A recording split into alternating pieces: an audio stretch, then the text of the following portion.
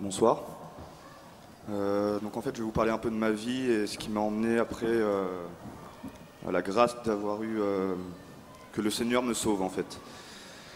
En fait, moi j'ai été adopté à l'âge de 2 ans et demi. J'étais dans une famille où j'étais un enfant battu, mal nourri, j'avais pas d'amour. Et en gros, j'étais tout simplement en danger de mort. Donc, les services sociaux ont décidé de me retirer de la famille. J'ai été placé à la DAS pendant 6 mois. Et j'ai eu la chance qu'une famille veuille bien m'adopter. Donc j'ai été adopté à l'âge de 2 ans et demi.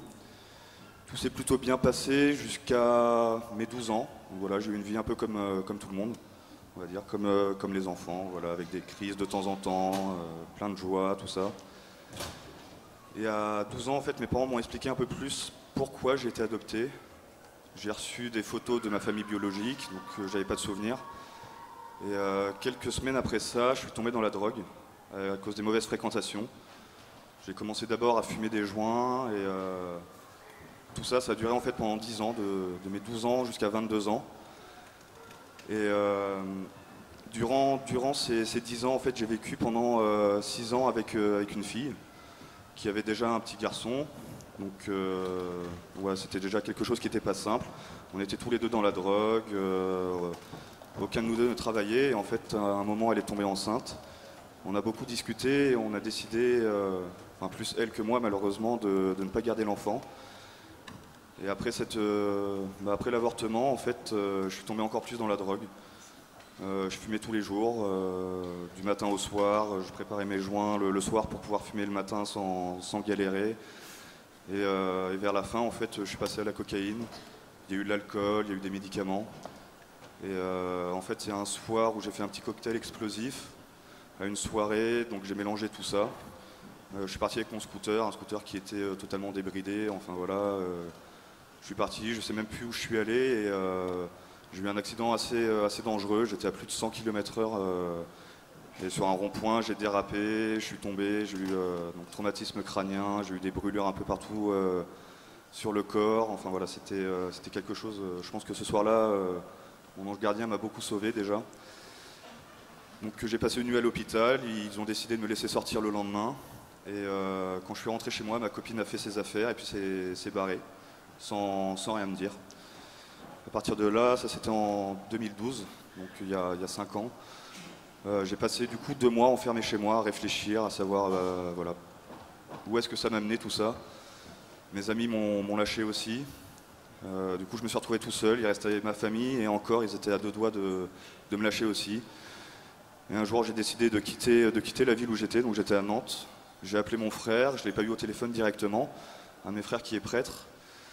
Et voilà, je lui ai laissé un message, je lui ai dit bah voilà, je prends le premier train et puis j'arrive à Paris, j'arrive à Montparnasse à 8 h. Donc voilà, si t'es là, bah, tant mieux, si t'es pas là, bah, je me débrouillerai. Et grâce à Dieu, bah, il était là. Il m'avait même pas prévenu, rien, il était là sur le quai de la gare à m'attendre. Et j'ai réussi en fait grâce à lui à rencontrer le fondateur de Saint-Jean-Espérance, donc une association qui aide les jeunes au niveau des addictions, et en particulier la drogue et l'alcool. Donc j'ai passé un peu plus de 3 ans là-bas. Juste avant ça, en fait, j'ai fait une veillée de louanges qui m'a remis un pied dans la foi, dans la prière. Et j'ai continué ensuite à Saint-Jean-Espérance avec les chapelets le matin, le soir, les prières avant toutes les activités. Et donc voilà, je suis sorti en 2016, début 2016. Après, ça a été un peu compliqué de sortir de là-bas et puis de revenir dans la vie directement. Donc au niveau de la prière, ça a été un peu des hauts et des bas. Et parce que je me suis retrouvé tout seul en quelques temps, du coup c'est pas facile pour continuer à prier. Et bah là j'ai décidé en fait grâce à un de mes frères de rejoindre les J2S que j'ai fait l'année dernière. Et au niveau de la prière c'était vraiment très très compliqué parce que c'était vraiment intense par rapport à ce que j'avais vécu. Entre la louange, l'adoration, la messe, les topos, j'avais beaucoup de mal. Je passais 10 minutes ou un quart d'heure à l'adoration et puis je partais. J'allais pas tout le temps à la messe, enfin c'était un peu compliqué. Mais ça m'a quand même aidé à continuer mon chemin de foi. Et donc ensuite j'ai passé une année à Paris où là aussi j'ai eu des hauts et des bas. Et durant cette année en fait j'ai remarqué que dès que j'arrêtais de prier, voilà, je commençais à retomber, je repensais à mon passé, je repensais à toutes les mauvaises choses que j'ai fait et j'avais envie de recommencer. Et en fait, je m'enfermais et en gros, il n'y a que la prière qui me sauvait à chaque fois. Du coup, là, j'ai décidé de revenir au J2S cet été. Là, donc j'ai fait 2 mois et demi. Et une fois de plus, grâce à Dieu, j'ai réussi à trouver les moyens de rester à l'adoration entre une demi-heure et 1 heure. Quelque chose que j'avais jamais fait de ma vie. Et c'était vraiment impressionnant pour moi. Et du coup, voilà, je vois que le Seigneur est vraiment là pour m'aider. Ensuite, là, j'ai eu quelques questions pour l'année prochaine. Je ne savais pas trop quoi faire. Du coup, j'ai demandé un petit discernement et on a fait la prière de l'effusion de l'Esprit Saint samedi dernier. J'ai beaucoup prié pour quelque chose et en gros, j'ai eu toutes mes réponses directement. Et voilà, donc maintenant, je sais ce que je veux faire l'année prochaine. Et voilà, et tout ça pour vous dire que sans le Seigneur, en fait, je pense que je serais mort en prison ou plein d'autres choses. Et donc c'est vraiment grâce à lui, grâce à la prière et voilà, le fait qu'il nous lâche jamais que je suis encore là.